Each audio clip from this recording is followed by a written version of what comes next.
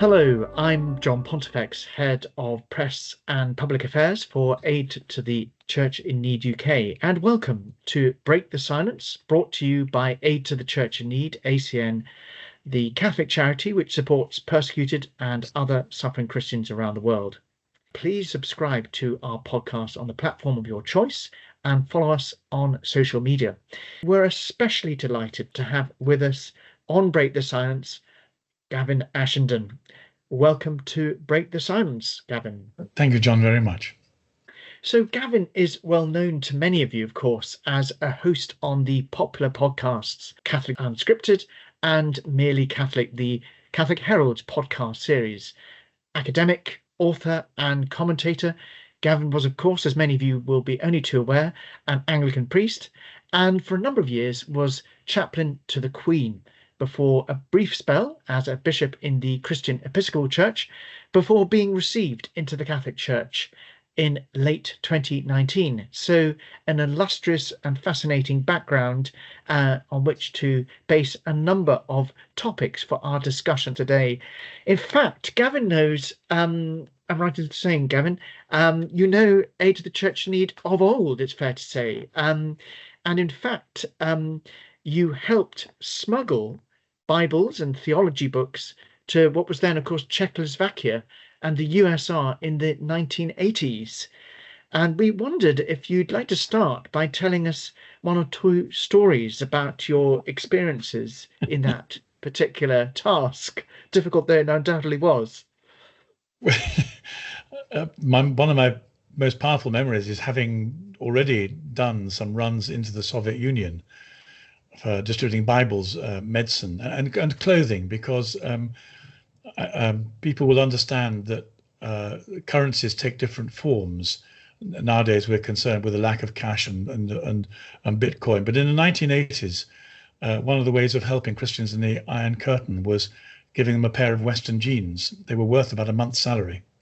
And so it sounds a bit bizarre, but along with Bibles and theology books and prayer books, we carry and the medicine. We provided both medicine for people with known conditions, and if you took in a few pairs of jeans, they could be sold on the black market for enormous sums of money. It seemed very weird to us.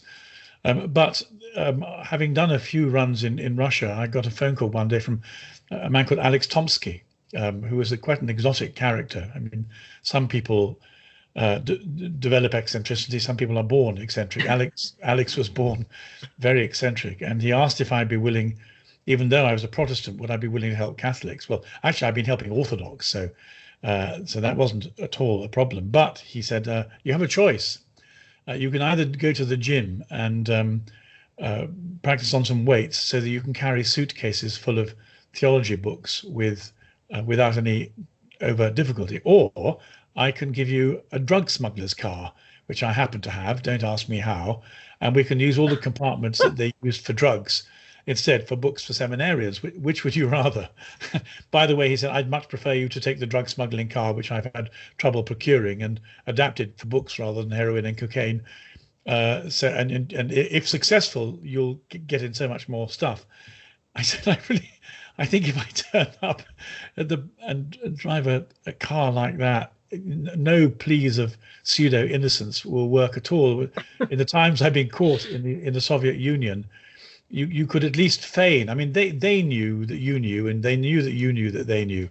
But there was a certain game that you could play of ignorance. But turn up in a specially changed drug smuggler's car, and there was no innocence to be had. So I said, I'll just pushing it a bit.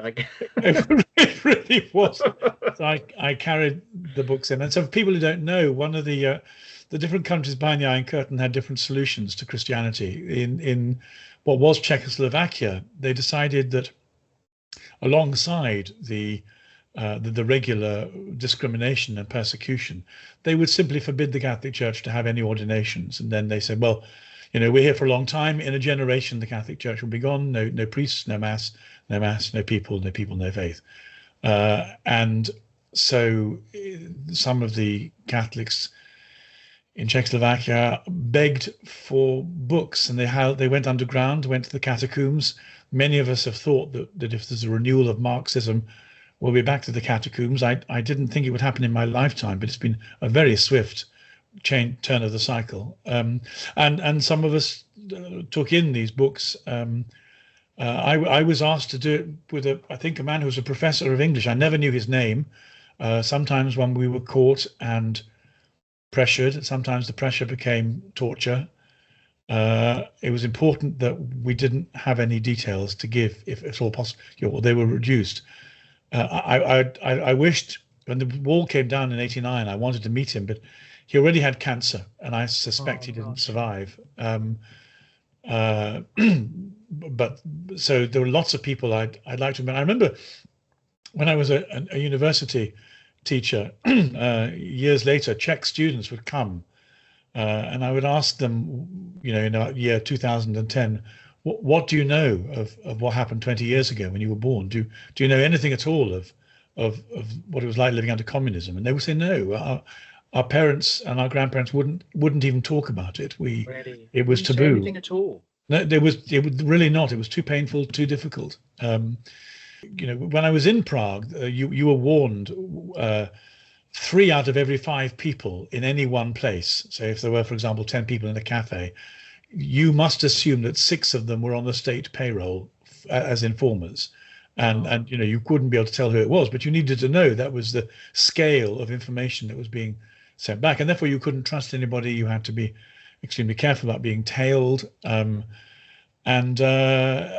remember doing everything I could to be discreet. Obviously, Western tourists were stuck out, partly by what we wore. But when I came back to Prague about 10 years later, probably about the year 2000, I remember seeing 2 things. 3 things actually: McDonald's, graffiti, and pornography. And I remember thinking, much though I really, really hated the Soviet regime and communism and totalitarianism, and I really hated it. Looking at what has within 10 years found its way in to replace it. McDonald's I'm not quite so cross about. I'm rather fond of it in a way that doesn't reflect well on me at all. But I remember seeing the graffiti and thinking, Prague is so beautiful. It is. I have been there once. What a glorious city it is. Just in a pristine kind of way. And whatever the communists did, they didn't allow graffiti. And then of course, under the surface of everything, pornography. And I'm just thinking, it's not as if we can say that Western freedom is simply better than it comes at the most terrible price. But the reason in the end we have to choose it, despite the graffiti and McDonald's, is because as human beings, if we don't have freedom of conscience and ideally freedom of speech, then our humanity is stripped of us in a terrible way. So I would carry books into the seminary, and therefore I'm very proud to say now, particularly as a Catholic, did a small amount to ensure that underground priests were trained, and therefore the Mass was available, even if only in those years between 82 and 89, and then for those who remained priests afterwards, of course, later. But it was a very moving and thing to do. But I still, I come back thinking, well, how difficult it is. No political system commends itself to us by innate superiority. Each has its strengths and its weaknesses, but the weaknesses of totalitarianism are severe indeed. They certainly are. And when I started work at Aid to the Church in Need as many as 22 years ago, it was really a time when the story of the church behind the Iron Curtain was really the calling cry of the work of Aid to the Church in Need. It was still very much framed in that context, and for many of us who grew up at that time, I think it still informs how we go about our work at Aid to the Church in Need. This feeds in directly into the situation we face today, just looking at the fact that the scale of persecution of Christians is so widespread, and obviously it's very difficult to track it very, in a granular way. But having said that, a number of independent research bodies, as well as Christian-based ones, have again and again made it clear that Christian persecution is the worst in terms of how it compares with other faiths that suffer persecution, particularly in terms of the number of countries where Christians suffer persecution. And of course, you may well be aware of how Pope Francis recently quoted statistics showing that as many as 1 in 7 Christians suffer persecution, oppression for their faith. You might well wonder, well, why is this topic given so little attention in the West? Why do Christians, it seems to us sometimes as if Christians don't matter so much. Or what do you think is behind that lack of awareness, engagement with this? That's a very difficult question to answer. And I suppose always we ought to sort of agree beforehand what frame of reference we're using. So, I mean, we could use, for example, a political frame of reference or a philosophical one, or perhaps discernment in terms of the conflict between good and evil, discernment in terms of the conflict of the consciousness and unconsciousness, a psychological one. So I think one of the first things we have to do is to establish our frame of reference. I think, and yet they all bleed into each other, of course. Let me go one step backwards and answer your question as if I was answering a kind of former, a preambular question. Why is the persecution at all, before we get on to why is it in the West and then express sotto voce? There is persecution because in human affairs there are constant ideological struggles about the nature of human beings and what kind of society we live in. And so under the Roman era, it was a matter of the state and its gods, projected in the form of its gods, demanded certain things. But then there were sophistications. So, for example, the Jews were given special permissions by the Romans to worship their own god in ways that other people weren't. And one of the early questions was whether Christians were unwitting beneficiaries as kind of sub-Jews, or whether they should be treated as pagans. But if we come to the present day, rather than give a lecture in history, I think what people don't understand is that both Marxism and Islam are profoundly threatened by Jesus. So Marx and Marxism are threatened because essentially, well, the interesting thing is because they're both Christian heresies. They both derive as responses against Christianity. So Marxism looks at the kingdom of heaven and the figure of Jesus and says, well, we don't believe in immortality. Well, that's a Greek concept. We don't believe in life after death, and we believe that all hope for human beings lies in the state and the way in which the state can mediate certain virtues like equality and community and communitarianism. But in order to work, this requires a uniform allegiance. Now, quite why Marx decided that is difficult to know, but it's not just uniform allegiance in a particular society that everyone in that country or political regime should have. It's that Marxist ideology requires it all over the world. In other words, to be a Marxist, in order to be sure that Marxism will work, you have to control the whole world, and you have to control all the people in the world.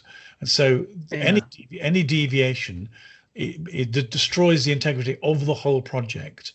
And because it's a project where God is replaced by the state and heaven is replaced by utopia, there are strong similarities between the two things, and the Christians' refusal to acknowledge the state as God and to refusal to believe in utopia instead of the kingdom of heaven is deeply problematic to the Marxist project. It confronts it head on, and Marxists have always known that, and so every time there's a Marxist regime, the people they head for first of all are the Christians, because they present the greatest threat. And I think probably they realize too there's a kind of they would call it an illusory configuration of the human heart and mind that makes human beings very vulnerable to Christianity. And we would say, well, it's because God's made us in his image. That's how reality is configured.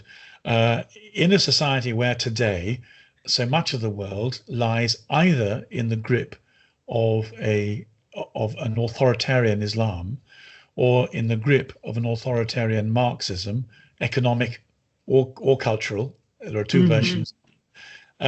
Christians are the most threatening people to both. And the thing is, actually, we speak of what we know.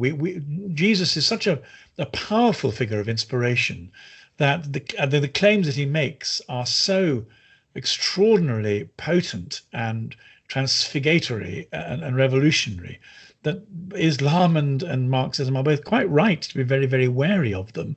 And that's one of the reasons, I think, why they approach Christians with a particular energetic fervor to destroy and silence them. Now, why? Now to your question.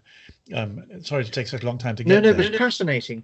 And it just before you answer, just a little your reference to the way in which Christianity is perceived as such a threat is something that I've perceived or seen for myself when I went to Karakosh Baghdada in Iraq.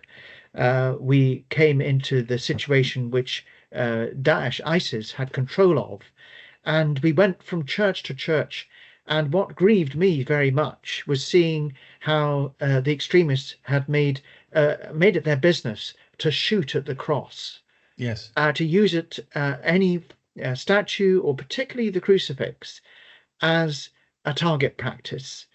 And seeing the way so many crosses were destroyed or shattered, anyway, makes plain the point you're making about how extremist Islam, particularly in this case, sees in the substance of Christianity a problem.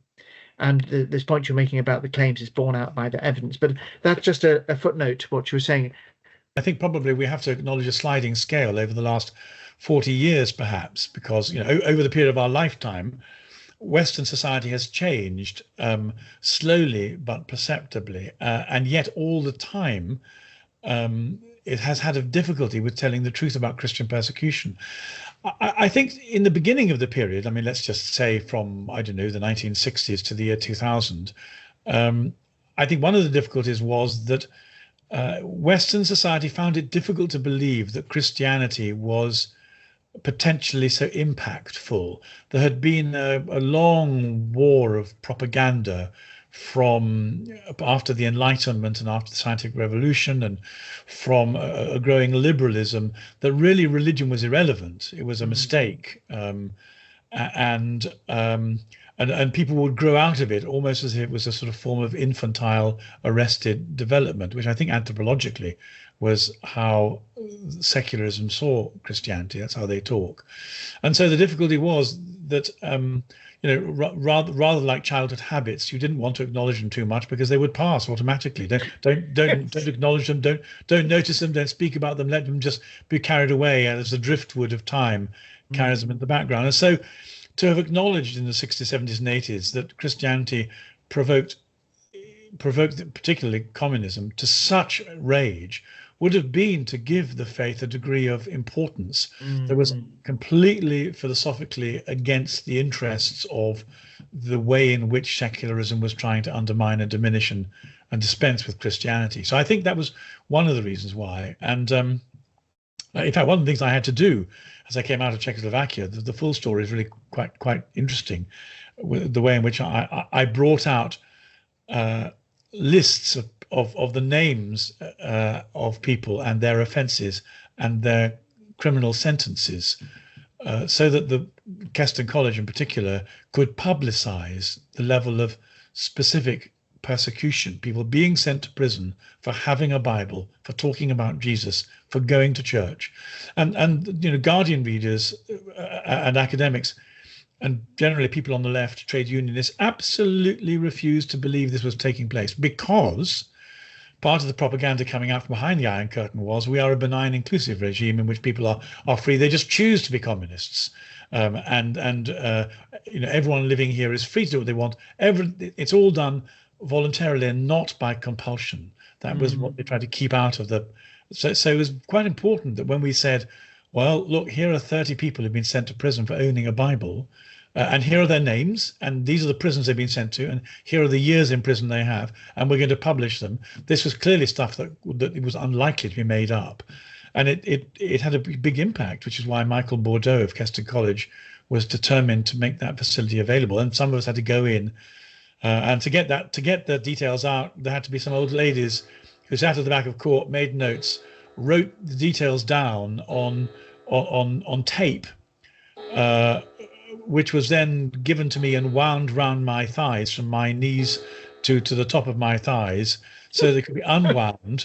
And what then an image! To be, well, the reason it mattered was because if I can just tell the story, I've yet to explain why the second 20 years the persecution becomes different in second society, but we'll come back to that in a moment. But if our listeners can follow the train of thought, but one of the things I had to do was to have this tape wrapped around me and to carry it out of airport. Now, we're so used to fingertip searches here that no one will understand what it was like before they happened. Essentially, you just walked around with a suitcase, and occasionally customs and security would stop you and ask, look in your suitcase, 1 in every 1,000 or something. But it was a very light touch and hardly ever happened. But coming out of Prague, you had to go through. I discovered that there was a fingertip search with someone holding a metal detector in one hand, and this was terrifying. When in fact, one of the things we were told to do was to find somebody who looked Jewish on the plane, because the security forces would take them to pieces. And if you put yourself right behind a Jewish person, they will be stopped. 10 or 15 minutes would take place while everything they had was taken to pieces. And then it's human nature to wave the next 4 or 5 people through.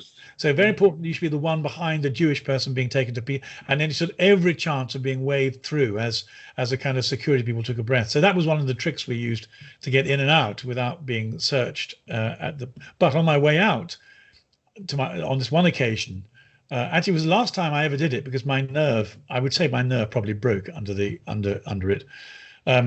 There's this fingertip search was being done, and it started with the feet and went to and so it's absolutely clear that by the time he got to my knees, he would feel the tape around my thighs, and they were probably much more angry about our smuggling out details of the judicial system and repression than they were about bringing in a few books on Aquinas.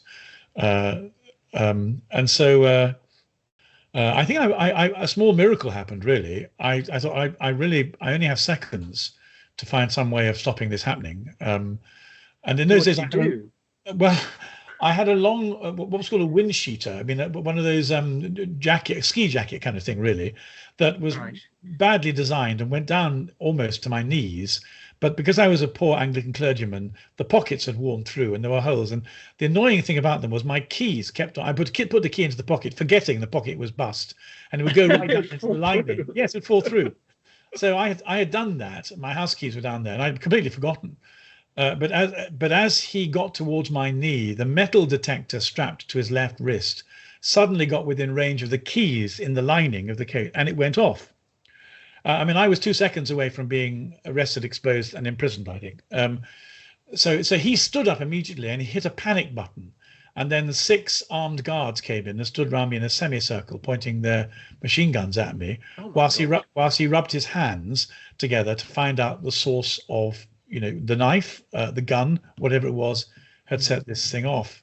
I thought, I've got seconds. I also wondered what it was, but I realized it was my keys. So I dug down and I pulled the keys out, and I said, oh my goodness, I said, what a clever man you are. You found my lost keys. I had no idea where they'd got to. Look, they're broken. Here's my hole in the pocket. They'd gone down in there. What a wonderful machine that is. Do let me look at your clever machine. Anyway, this threw him back a little bit. And in fact, I'm afraid I'm awfully sorry, but I decided it was 100% or bust. So I admired his machine greatly, and then I took him in my arms and I kissed him with thanks. I gave him a big kiss. I'm afraid I gave him a kiss on the lips, and I said, Goodness, Gavin, what an absolutely wonderful man you are. So well built, so clever, so attractive, such a clever gimmick on your wrist. He, of course, was furious and hit me. But then all the soldiers around us collapsed in laughter because they thought it was very funny that he was being hit on by this Western tourist whose keys he found, just at the point where he was hoping to find a dagger or a gun. And so they saw that it was bizarre. And I played to the audience and said, isn't he wonderful? What a marvelous man. And how lucky you are to have such a clever colleague.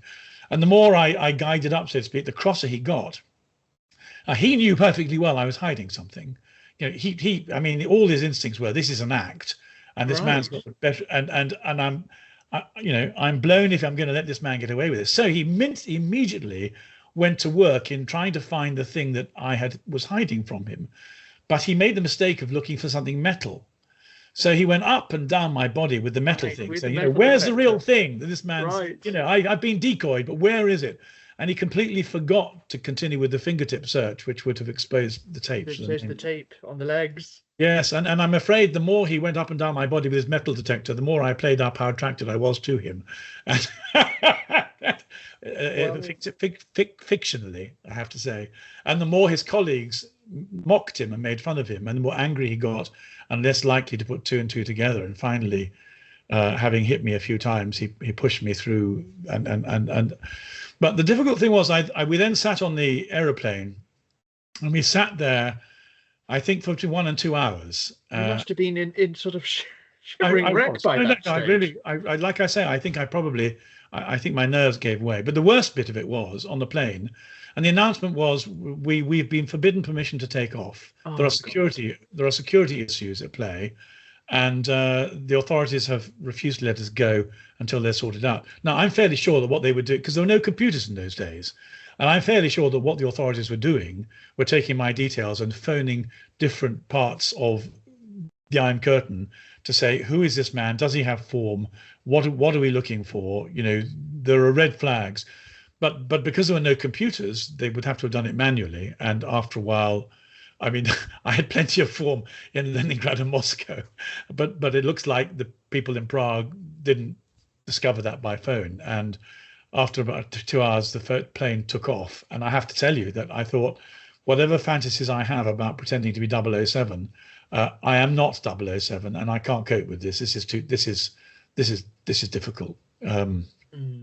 So it wasn't entirely price free, and indeed there are people now who say to me, well, you had a young family and a pastoral responsibility.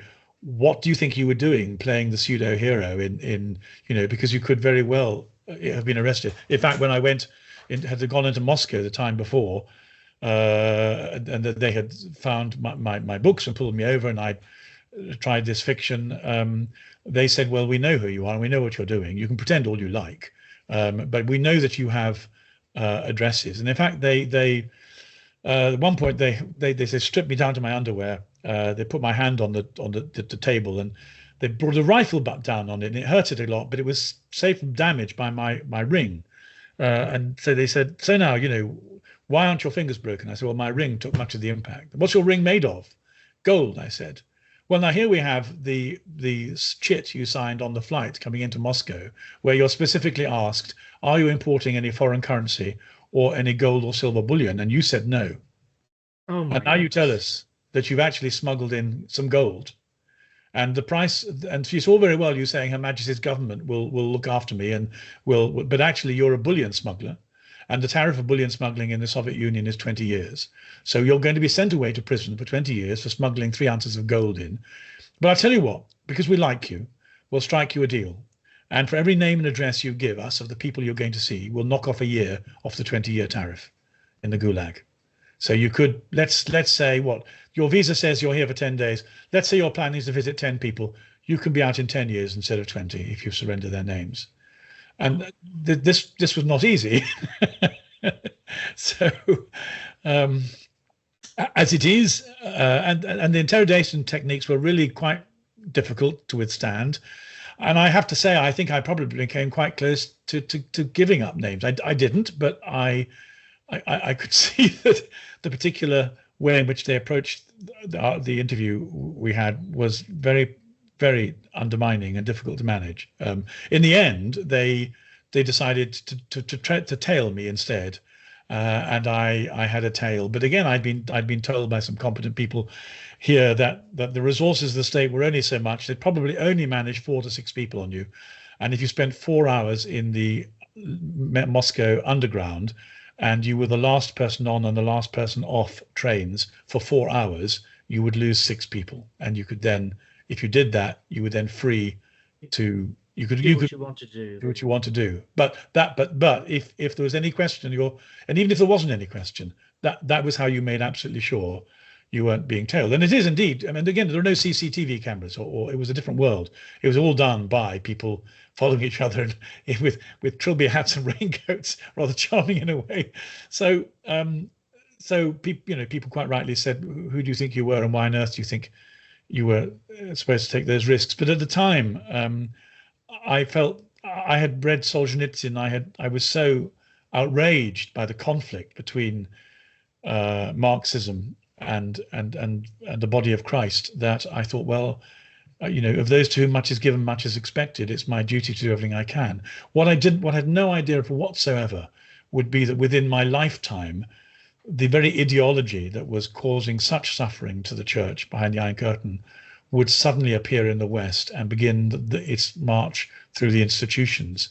So that, and as we speak, we've heard today of an enormously important case in the Court of Appeal, where a woman on a Facebook account that was not in her public professional name was complaining about the behavior in a school that was problematic to being Christians, and lost her job. I mean, the Court of Appeal found in her favour today, and it's miraculous and terribly helpful, and it slows the persecution down a bit. But let it be absolutely clear that persecution has come here. There isn't a single job I've held in my lifetime I could now have, believing as I do in the Catholic understanding of marriage between a man and a woman. I'm unemployable. As it happens, I'm too old to be much use to people in the employment market. But if I wasn't, I would be unemployable. And so, as many Christians are. And so it is extraordinary that between 1989 and now, this ideology has taken over the people we live amongst. Now, to the end of the question, why is it that, say, between the year 2000 and now, again, Christians, the plight of Christians is not better understood, whereas to a form of loose secularism, the continued potency of Christianity was a rebuke to their theory that it was something you would grow out of. In the more virulent rejuvenation of cultural Marxism, they see it as a direct threat that they would like not to admit to. And so it's very important in the way in which our democracy is being slowly strangled and asphyxiated. It's a bit like immigration. Just don't tell them how many people are coming in. Do not tell them what the demographic picture really looks like. And then slowly but surely, the situation will change, and we won't alert them to any opposition. But there should be opposition from the churches to the persecution of Christians and the refusal of organizations and the state to allow them freedom of conscience, because everything that we believe in and the West has been built upon, the Christian foundation that has been provided depends upon that being the case. And it is a serious dereliction of duty by bishops and by clergy, I'm afraid, as well by lay people, to have kept so silent, since we've known now that this has been going on. It's been perfectly clear it's been going on for 10 years, but really still the church is quiescent and passive. There are still enough of us left that if we seriously took to the streets and put political pressure on and hang together as a single Christian community, even with dominational boundaries between us, we would be able to exert pressure. But people don't believe what's going on. They don't have the convictions, and they don't have any courage to have the convictions, to have courage of their convictions. And I think that's one of the reasons why Aid to the Church in Need is so important, because we have to tell people the truth about the provocative influence of following Jesus has upon people who are wedded to alternative solutions to the difficulties of the human condition. Well, that's an absolutely fascinating answer, and it resonates hugely with our experience today to the church need, to the extent that we face this constant struggle to put across the reality, the scale of persecution, and we can see how it's bleeding across into the polite persecution that is now very widespread in the UK and elsewhere, and the extent to which a lot of this is made possible by a motivated, a well-motivated failure to grasp the facts of the case. That it's as if people do not want to recognize the scale of the problem. They have hints of it. They're sometimes told elements about it, but they don't want necessarily to be have made public or to draw attention to the facts of the case. And that's why Aid to the Church in Need is so committed to our reports looking at persecution of Christians and more widely on issues to do with religious freedom. And of course, the challenge for us is that getting hard data on this is very difficult, even in the 21st century, with technology being what it is. It's nonetheless the case that in countries that I've travelled to and others that we've spoken about and researched, to get hard facts as to the number of people who are imprisoned or held against their will in other ways, or who suffer for their faith, it's very difficult to get that data. But we know enough to be able to be clear that it is a very serious phenomenon, and we see that other forms of discrimination against Christians are taking place in this country. And again, it's this absence of being able to get to the facts that is part of the challenge. But I suppose this leads us to a related questions, which is, what, if anything, do you think can be done to make persecution or discrimination of Christians taken more seriously? Is there what do you think we as Catholics, or we as Christians, or people of faith, can do to help our suffering brothers and sisters and get our governments, plural perhaps I should say, to take it more seriously? Is there some obvious thing you think that we're missing in terms of response? Oh, I'm sure if there was something obvious, you would have seen it long ago, and you wouldn't. But I mean, there are a couple of thoughts that occur to me.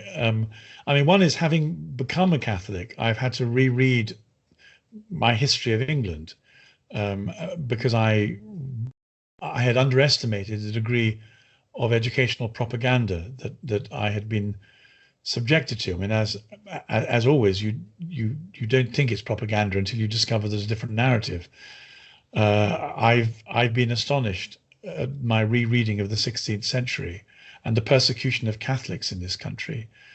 And I've been disappointed in the way in which it appears to have become more of a class thing to do with immigration. You know, Catholics were immigrants who were Italians or Poles, or people at the bottom of the English social ladder, and therefore not hugely important, rather than the truth, which is that from the late 1530s onwards, the British state set out to, first of all, make illegal and treasonable the holding of the Catholic faith, and then, in the long aftermath, after the executions had stopped, exercise a degree of ruthless professional discrimination that was intended to disable the Catholic faith entirely, but by not allowing any intellectuals, academics, doctors, lawyers, soldiers to be Catholic. I mean, it was, and it's very relatively recently since that has stopped. And so the first thing I would say is, I mean, it might sound as though it's sectarian, but it is not. But it isn't. I mean, the sectarianism came from the state. It's not sectarian to expose the state for having been sectarian. But I think the first thing is that in Catholic schools, it should be taught that they only have Catholic schools because there's been 300 or 400 years of faithful Catholics who've been determined to keep the faith some of them at enormous cost. It is a very precious thing. And the thing is, if the state was willing for 400 years to exclude and diminish Catholics, it'll do it again. And lo and behold, it's doing it again.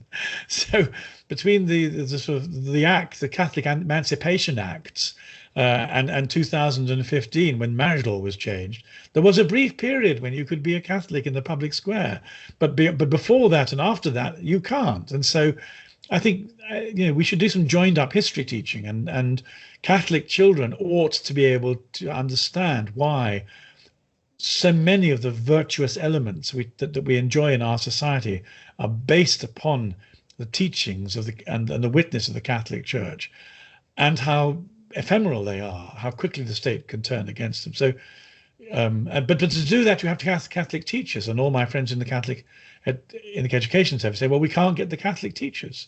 We can't get enough Catholic governors. We can't get enough Catholic teachers. Catholic parents are often a bit only semi-convinced. So the first thing to do is to evangelize and make people Catholic. Yeah. I think you have to start at the very beginning. We've always known that. That's how the church has. That evangelize at one end, and I suppose martyrdom at the other. You will probably know better than anybody else that one of the reasons why the blood of the martyrs is a seed of the church is because, to some extent, it's not just a matter of some very strange psychological or spiritual alchemy, though it is that, but it is the fact that when people are killed for believing in Jesus, it's always utterly disproportionate. It's irrational, it's impractical, it's stupid to do it. And so people looking at it, well, why are they doing that? What is it about these Christians that they are so dangerous, so offensive to these people? They want to kill them. It sets up a degree of kind of cognitive dissonance, martyrdom. And then by asking those questions, this was particularly true in the persecutions in the early church, people then discover what Christianity really is. And then so I think martyrdom at one end and evangelization at the other end are the two means by which society has been woken up in the past. Yeah, well, it so happens last night I was at an event in Parliament, which was marking the 10th anniversary of the slaying of the 21 Coptic Orthodox martyrs on the beaches of Libya, and we had there a very moving animation that was done of the whole process by which they were kidnapped and then tortured. And the film, a fairly short film called The 21, draws out how it was that they refused to deny their faith, and they were told repeatedly, if you but denied your faith, we would let you go, we would give you a different outcome, but they just refused. And this is a story that we hear again and again at Aid to the Church in Need, about how when the die is cast, there are people out there who are willing and able to lay down their lives for their faith, and the memory of that is so real. I mean, one of the most powerful experiences in my time at ACM was the story of Father Ragid Ghani. I don't know if you know that particular story. This was a priest who we at Aid to the Church Need had supported his training, and he went back from Iraq, from Rome to Iraq, where he took on the role as a parish priest in Mosul, and he was told repeatedly, stop doing services, close your church. And after one Sunday, he was stopped, and he was told by those who had stopped him, who turned out to be extremists, we told you to close your church, and yet you refused. And he said, how can I close the house of God? And with that, he was shot dead. But we know this story because there were 3 deacons, and one of the deacons survived and told the story. And that story then is very life-giving, and it is very affirmative for those of us of faith. And the sense we have at Aid to the Church in Need is that telling that story is a call to people to take that faith seriously. That if they, in extremists, decided that this faith was worth dying for, perhaps it's worth us thinking this faith is worth living for. Well, I think I take it even further than that. I find myself in my prayers from time to time saying, Lord, if or when this moment is presented to me, would you please help me find the courage that these people had to love you in this way? Because I don't take it for granted for a second that I can be relied on to give the right answer. Obviously, it's the answer one would want to give and one ought to give, but the spirit is willing and the flesh is weak. I think what part of the gift of the martyrs to the church is to say to the rest of us, look, being a Christian involves a constant dying, mainly to your own ego. But just in case you discover, like so many Christians have, that the price moves from your ego to your biological life, pray for the grace to say yes, because out of love for Jesus. Polycarp is my great image here. This wonderful 80-year-old bishop who learnt his faith from St. John in Ephesus, and then this tale that we have of a Roman soldier saying, look, I didn't join the Roman army to kill old men. So, I'm very happy to take on German mercenaries and fight them. It's a matter of honor, but it's not an honorable thing for me to have to execute 80-year-old men. Just do me a favor, sprinkle this incense, please. And then Polycarp's answer is, for 80 years I've followed Jesus, and he's never let me down. How can I let him down at this moment? Now, I had no idea whether Polycarp in Ephesus knew that he would be called upon to make that sacrifice at 80, but I'm only 70. I've got 10 years to go before that might yet happen. But I'm not being hyperbolic or kind of ghoulishly romantic to say that there are too many people on the skin of the earth today who are faced with that question of whether or not they will deny Jesus to procure their biological life. And it should be part of our prayers to ask for the grace to keep being willing to die in whatever way Jesus asks us to, in order that we can follow him to eternal life. Well, that's so beautifully put, and it in a way it urges us on, because we at Aid to the Church need have the obligation first to tell the story of the modern day Polycarp, but also to provide help and support to those faced with those existential questions, who are called upon sometimes to make the ultimate sacrifice, and also to encourage people to feel that they're not going to have to suffer this alone, that we're with them in prayer, that we support them through our charitable aid, and that we are united with them in their time of trial. And that for us is always a motivating force. It's a story that most people don't want to hear, but it's for that reason that we tell it, and we do it we're hopefully with integrity and with clarity, and above all with faith. Well, that's about all we've got time for today. A huge thank you to you, Gavin, for sharing your first of all your testimony, but also your wisdom, your understanding, and indeed your faith. It's been a most fascinating and engaging conversation.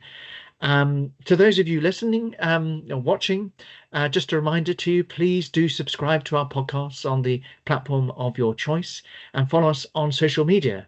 And it's just a chance for me to thank Gavin once again.